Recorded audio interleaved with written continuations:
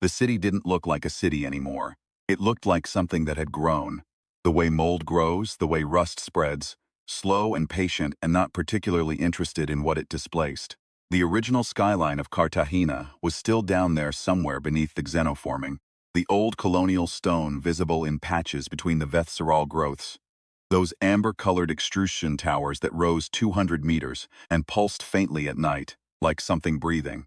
Us humans had learned not to look at them too long. Looking too long made the back of your head itch in a way that took days to go away. Corporal Elena Vasquez was not looking at the towers. She was watching the road. The ground runner she'd stolen was a Vethseral administrative vehicle, 8 wheels, low center of gravity, a translucent shell that smelled like ozone and copper, and it handled like it was alive, which it basically was. It wanted to go where the Vethseral wanted it to go. She wanted to go somewhere else. This was an ongoing negotiation conducted at 110 kilometers per hour. Ahead of her, 300 meters up the canyon road between the amber towers, the transport was running dark. No lights. Just the dull gleam of a Vethseral cargo hauler, moving with the particular urgency of something that doesn't expect to be followed. Inside it, according to her contact Topaz, who was reliable in the way that a cracked dam is reliable, mostly holding was a human scientist named Dr. Werner Mullen, former government researcher, taken from a safe house in Bogota 4 days ago by Vethseral retrieval units, which meant he was either already dead or in the early stages of being made into something he hadn't agreed to be. She was betting on the latter. The Vethseral liked their assets functional. The ground runner shuddered. The navigation filament that ran through the steering column, a thin organic thread of Veth tech that she'd spent 6 months learning to override, pulsed red, trying to assert control, trying to reroute her toward the nearest holding zone. She pressed her thumb against the junction node behind the wheel and held it there. It took 14 seconds. It always took exactly 14 seconds. At second 9, it felt like someone pressing a lit cigarette against the inside of her palm. At second 13, the resistance broke. She hailed through her teeth and accelerated. The cargo hauler was pulling away. She could see its running lights now, amber pulses at the rear, and the shape of it against the towers. Wide, almost organic in profile, the way all Vethseral vehicles were, designed by something that thought in curves and spirals rather than angles. She was gaining 80 meters, 60. The road curved left around a tower base and she leaned into it, and that was when the blocker came out of nowhere. It came from the right, a long, flat Vethseral patrol hauler, unmarked, slamming diagonally across the road. She had maybe half a second. She pulled left, hard, felt the ground runner's wheels lose grip on the lower 2, felt the whole vehicle tilt. And then she was back down and braking, and the cargo hauler was gone around the next curve, and she was stopped sideways in the road, with 4 Vethseral units stepping out of the patrol hauler. She watched them come. The Vethseral were not what anyone had imagined, back before first contact. They were not insectoid. They were not reptilian. They were tall, 2.5 meters, most of them. And they moved with a kind of fluid deliberateness, like they had rehearsed every motion in advance, and were now simply running the program. Their bodies were roughly bilateral, 2 upper limbs, 2 lower, a head structure that tapered to a bony ridge at the crown. The part of them most likely to unsettle humans was the coloring, a deep matte gray-brown that shifted slightly in different light, and the eyes, which were amber like their towers and had no discernible pupil. They looked like something you could see through if you stared long enough. You couldn't. Elena had checked. 4 of them, all armed with resonance lances, which weren't lethal at standard setting, but which had a concussive effect on human nervous systems that lasted about 40 minutes. She'd experienced it once during her first month in Cartagena. It wasn't something you wanted twice. She got out of the ground runner. They moved toward her with the programmatic efficiency of things that had done this before many times and expected to do it many more. The first one raised its lance. She dropped under the swing, took the impact on her shoulder. The lance hit her upper back and she heard rather than felt the crack of pain, filing it away, and drove her elbow into the joint where its lower limb connected to its body. Vethseral joints were their weak point. Every xenobiologist in the Resistance had confirmed it. The problem was getting close enough without getting your nervous system scrambled first. The second one was already pivoting. She caught its lance arm at the wrist with both hands and used its own rotation to redirect it, the resonance discharge going wide, clipping the patrol hauler's hull and leaving a scorch mark. The third one caught her across the side of the head with an open lime strike, And she went down to one knee, vision sparking, ears ringing with something that wasn't quite sound. She stayed down. She stayed down for a moment that felt very long and was probably 2 seconds. The Veth Saral did not press the advantage immediately. This was their miscalculation. Always the same miscalculation, because in their combat doctrine, something on one knee in pain was something that had been subdued. They gave her 2 seconds of breathing room to signify the conflict was resolved. She used the 2 seconds to identify the fourth one's position, calculate the angle, and drive upward from her knee with everything she had into the chin structure of the one she'd dropped under. It went back. Hard. The way a large thing goes back when something small hits it with total commitment. The fourth one raised its lance, but she was already in reach. And that was the thing about Veth Saral weapons. They were designed for distance, for targets moving away. They had not designed their bodies for close work. They were 2.5 meters of elegant long-range predator suddenly sharing personal space with a human who had decided this was fine, actually. And the next 40 seconds were very loud and not particularly elegant. And when they were done, she was breathing through her mouth, and 3 of the 4 were on the ground, and the fourth one was leaning against the patrol hauler, its lance hand hanging at a wrong angle, watching her. She looked at it. It looked at her. "I need the cargo hauler," she said in Veth Common, which learned from a cracked translation tablet found in a drainage ditch in Barranquilla. Her grammar was probably terrible. Where did it go? It didn't answer. They rarely did. What it did was reach with its good hand to a node on its chest, a communication node. She recognized it too late, and press it once.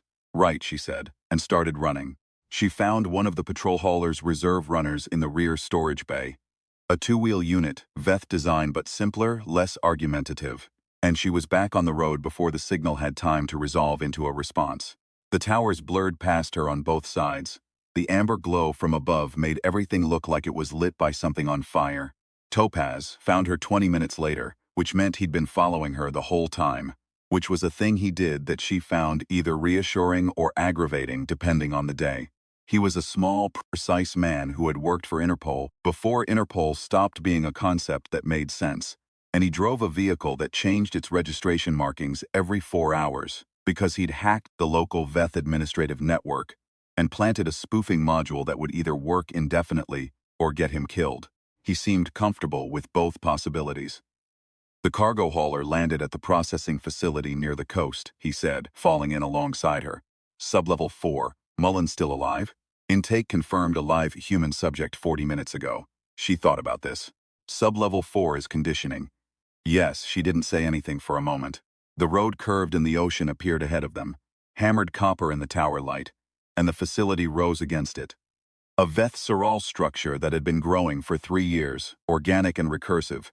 Nothing you could quite focus on all at once, like an eye that kept moving. "There's a complication," Topaz said. "There was always a complication. The facility runs a human conditioning program in the upper levels. Subjects who've been through the full rewrite sequence. They function as internal security." "How many?" 12 confirmed. "Possibly more. Brainwashed. Chemically reconditioned. The Veth Saral call it alignment. Their limbic architectures is intact. They feel fear, loyalty, affection. But the reference points have been moved. What they feel those things toward has changed." Elena watched the facility. A patrol wing, 3 Veth Saral and 2 humans, the humans walking with the flat affect of the reconditioned, moved along the outer perimeter. The humans were female, mid-20s probably, and they moved with a precision that wasn't their own. Their faces were blank in the way. Faces are blank when the person behind them is looking somewhere very far away. "I'm not going to hurt them," she said. "I know. That's the mission. Mullen and none of them get hurt." Topaz nodded. This was the thing about Topaz. He never argued with the parameters she set for herself. He just adjusted the plan around them, quietly the way water adjusts around a stone. She suspected this was why he was still alive. They hit the facility at the second shift change, when the overlap in coverage was longest, and the Veth Saral security rotations were briefly out of phase. Elena went in through a water intake, a maintenance shaft, cold and dark, and smelling of Veth biology in a way that was difficult to describe except as deeply wrong, and came up in sublevel 2, which was storage, and from storage to a service corridor, and from the corridor she could hear them. Not the Veth Saral, the conditioned humans, 2 of them, moving in tandem down the intersecting corridor, their footsteps synchronized in a way human footsteps weren't naturally. She pressed herself flat against the wall and waited. They passed 4 meters away. She could see their faces in profile. Young, both of them, eyes forward, carrying resonant sidearms in the low-ready position with the trained ease of people who'd been doing it for a long time. One of them had a scar along her jaw that was old, pre-contact, which meant she'd been a person with a history before the Veth Saral had rearranged her sense of where home was. Elena let them pass. Sub-level 3 was where she found the processing units, the alignment chambers, in Veth Saral terminology. Small rooms, translucent walls, each one containing a reclining unit with restraint filaments and a chemical delivery system from a central reservoir. The chemical was amber. Everything the Veth Saral used was amber. She paused at one of the chambers and looked at the reservoir label in Veth Common. It took her a moment to parse it. Species memory reorientation compound. Dosage by body mass. Maximum retention 6 hours per session. Full alignment typically required 3 sessions. 3 sessions. 3 sessions and whoever you'd been, was still technically in there, but buried under something new, something the Veth Saral had built on top of you. She moved on. Sub-level 4 was where Mullen was. She found him by sound first. The sound of someone speaking quickly, under their breath, in German, which was not a language she spoke, but which had the rhythm of someone running through something from memory, something they were afraid of forgetting. She found the cell by following the voice, and the cell was a standard Veth Saral containment unit. Translucent walls, amber ambient light, a sleeping surface that looked like it had grown rather than been built. Mullen was sitting on it with his back to the wall, a small man in his 60s with a gray beard and the particular thinness of someone who'd been eating badly for several months. And he was reciting something. Coordinates, she realized, or formulas, something numerical. The syllables running together like a mantra. She knocked on the wall. He stopped. Dr. Mullen. Her Veth Common worked on the locking filament the same way her thumb had worked on the ground runner. 14 seconds, a burned palm feeling. Then the door opened. He looked at her for a long moment. He had the eyes of someone who'd been told they would be rescued several times, and had been disappointed several times, and was not sure what to do with the fact that someone was actually standing in front of him. "You're human," he said. "So far," she said. She got him moving. He was slow. Weeks of confinement, the particular muscle loss that came from Veth Saral containment environments which ran cold and gravity-heavy in a way human bodies didn't thrive in. But he moved. She had a route back to sub-level 2 planned. She had the timing of the conditioned security patrol memorized. It was a good plan. It held up for approximately 4 minutes. The 4th conditioned guard was the problem, not on the rotation Topaz had mapped. Moving independently, which meant either she was more autonomous than the others, or something had changed in the security protocol since their last observation window. She came around a corner fast and stopped when she saw Elena and Mulan, and for a half-second they looked at each other. 3 human beings in a facility that didn't belong to any of them, and Elena could see it in the guard's face. The conflict, like 2 signals at the same frequency, the reconditioned loyalty to the Veth Saral, and something older underneath it that hadn't been successfully overwritten. The scar along her jaw, that was the same guard from the corridor, the one with the old history.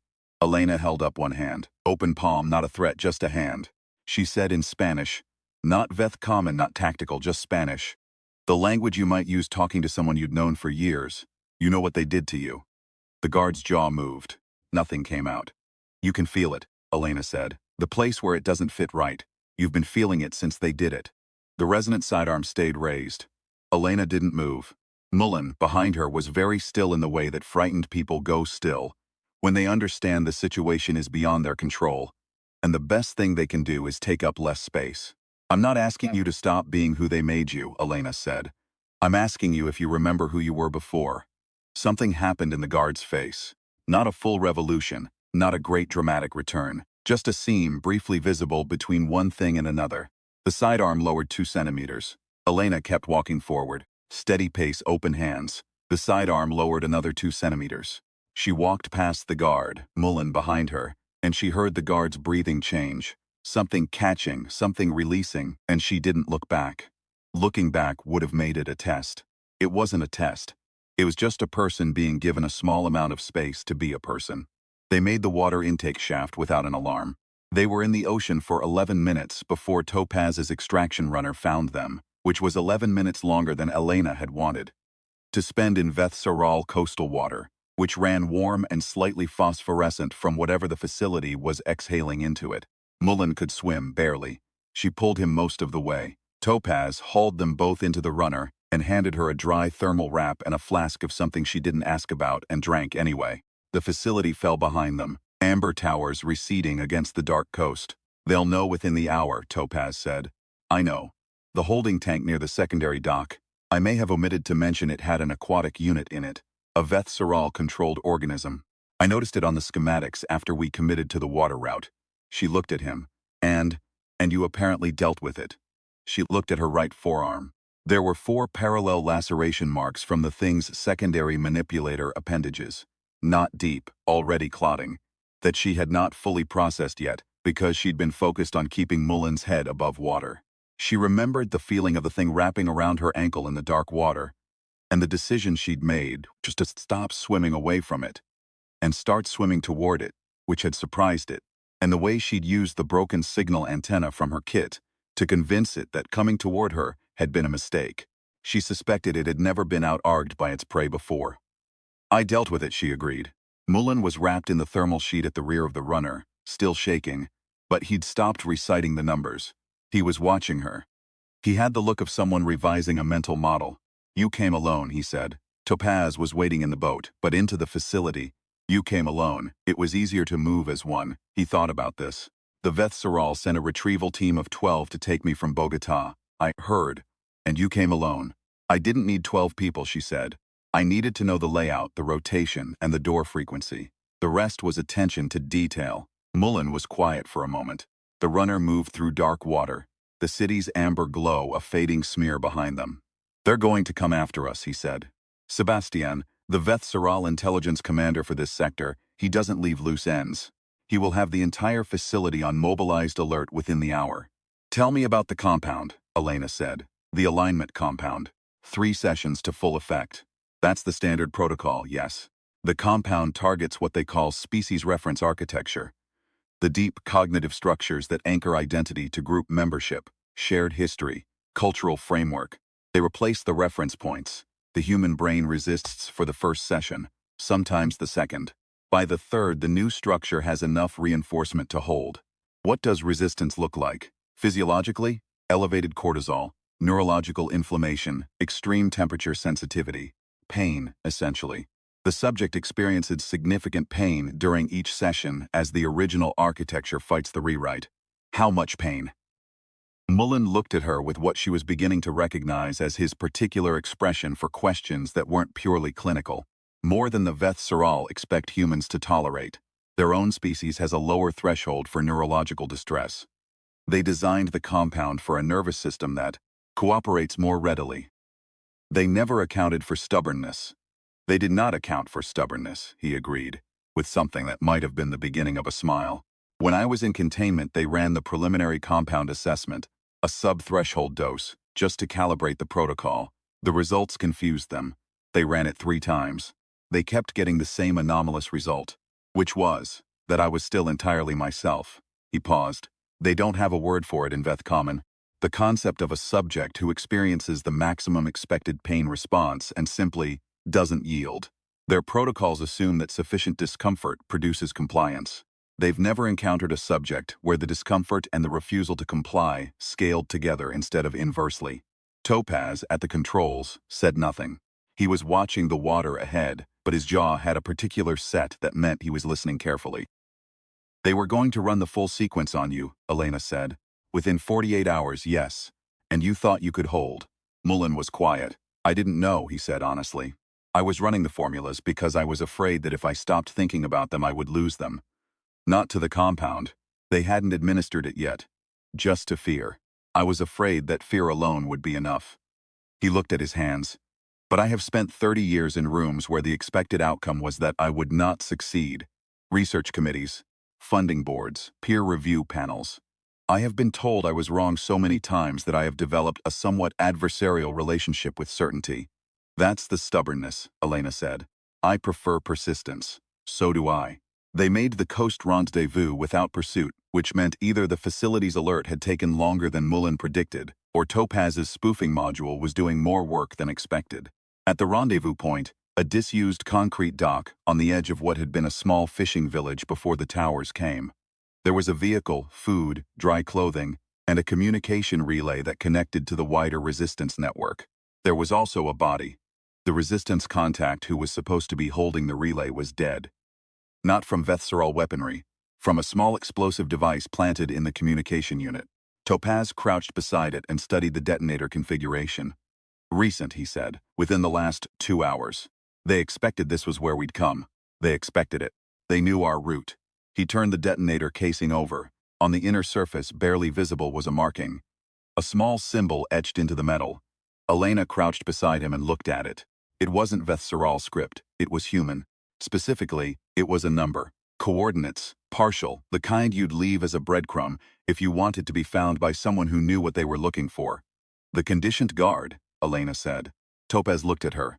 The one who let us pass, she marked it. She's been leaving marks. Elena ran her thumb across the symbol. It was worn slightly, not from this placement, but from the tool itself having been used before. Regularly. She didn't forget who she was. She's been leaving a trail for someone. She's been waiting. Mullen behind them said, quietly. You told her you weren't asking her to stop being who they made her. I wasn't.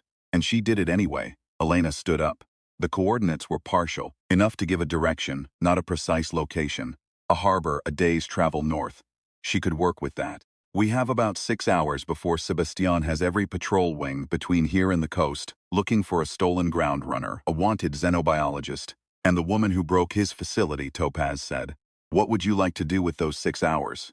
She thought about the alignment chambers, the amber compound in its reservoir. 3 sessions to full effect.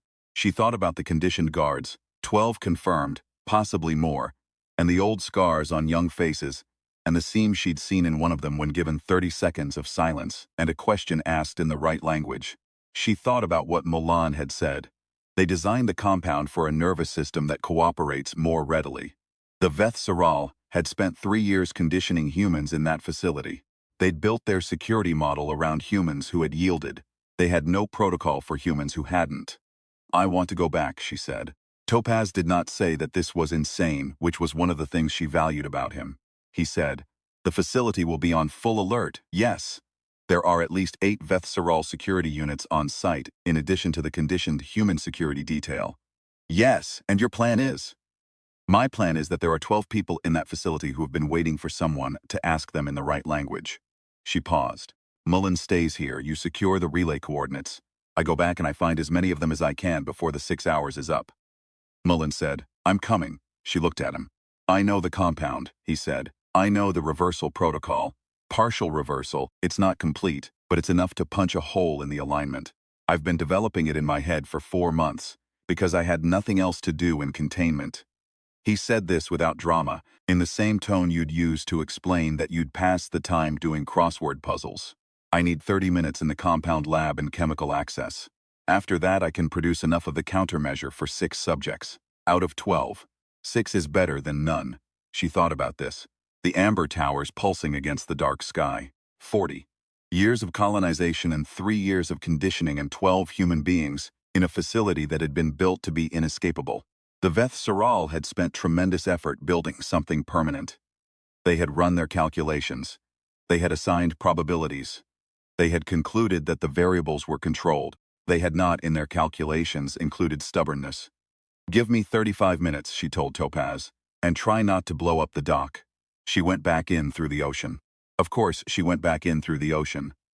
What came after was not elegant, and it was not cinematic, and it was not the sort of thing anyone would want to narrate in sequence.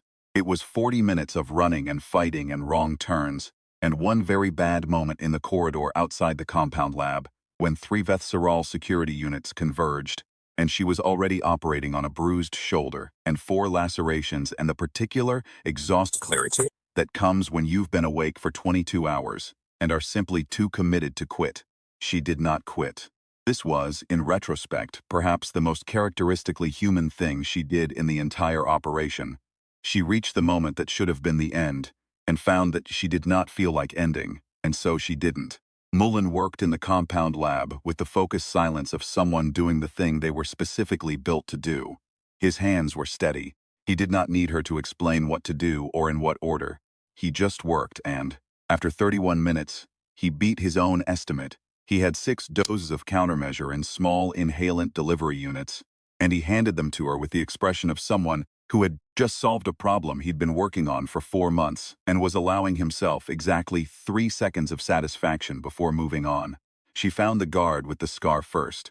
She was in the same corridor where they'd passed each other, running a solo patrol that made no tactical sense unless you considered that she might have been running it in the hope that the person she'd let pass would come back. Elena came out of a maintenance access point 3 meters in front of her and held up one of the inhalant units. "This is going to be disorienting," Elena said, "but it'll be yours." The guard looked at the unit for a long moment. Then she took it and breathed it in. And what happened to her face in the next 30 seconds was something Elena did not look away from. It was not peaceful. It was not a gentle awakening. It looked like something trying to surface from deep water, breaking through layers, fighting the pressure of everything above it. It looked like pain. It looked, more than anything, like stubbornness. "My name is Deborah," the guard said when it was done. Her voice was rough. Her eyes were wet. "Deborah Reyes, Elena Vasquez." "I know," Deborah said. "I found everything I could about the resistance extraction teams after I let you go. I've been leaving coordinates for 2 hours. I know. How many doses do you have?" "5 more." Deborah straightened. The flat affect was gone. In its place was someone who looked like she'd been carrying something very heavy for a very long time and had just been told she could put it down, and had decided instead to pick it up and throw it. "I know where the others are," she said. They got 4 of the 5 remaining doses to subjects who were able to receive them. One found them before they found her.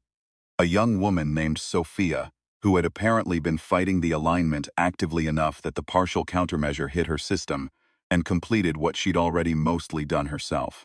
The 4th dose went to a man who'd been in the facility longest, 18 months, and whose reaction was the slowest and most difficult.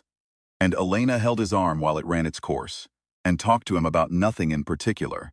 Where she'd grown up, what the coast had looked like before the towers, a song her grandmother used to hum while cooking, because the research said that familiar human voice patterning helped anchor the returning architecture. And she'd believed the research, and she was right. 6 of 12, not all of them.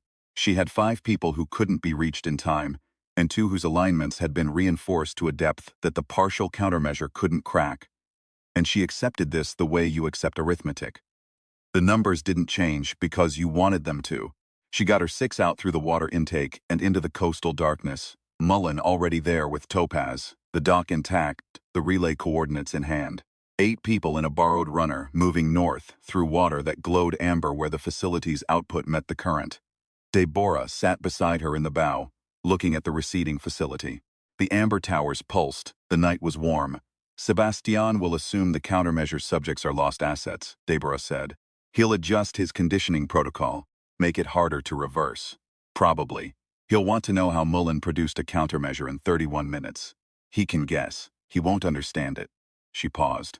"He ran the alignment assessment on me 4 times. He kept getting the same result. He told me I was a statistical anomaly." "What did you tell him?" "Nothing. I was already aligned. I couldn't tell him anything." She paused. "But if I could have, I would have told him. I'm not an anomaly. I'm just human." We all came back wrong from his tests. He kept thinking he'd made an error. He never considered that the error was his model. Elena looked at the water. The phosphorescent glow. Somewhere ahead of them, a harbor and a resistance network, and the long, unfinished work of the occupation. Behind them, a facility that was now 6 people short of its head count and would never fully understand why. "What do you need?" she asked. "Not what do you want. What do you need?" The question for people who've been a long time without anything to want. Deborah thought about it. "A map," she said, "and about 4 hours of sleep, and then something to do." Elena handed her the flask. Dry, unfortunately, but it was something to hold. "We have all 3, she said. The runner moved through dark water, north, toward the part of the coast that still remembered itself. And behind them the amber towers went on breathing, patient and certain and completely unprepared for what was coming.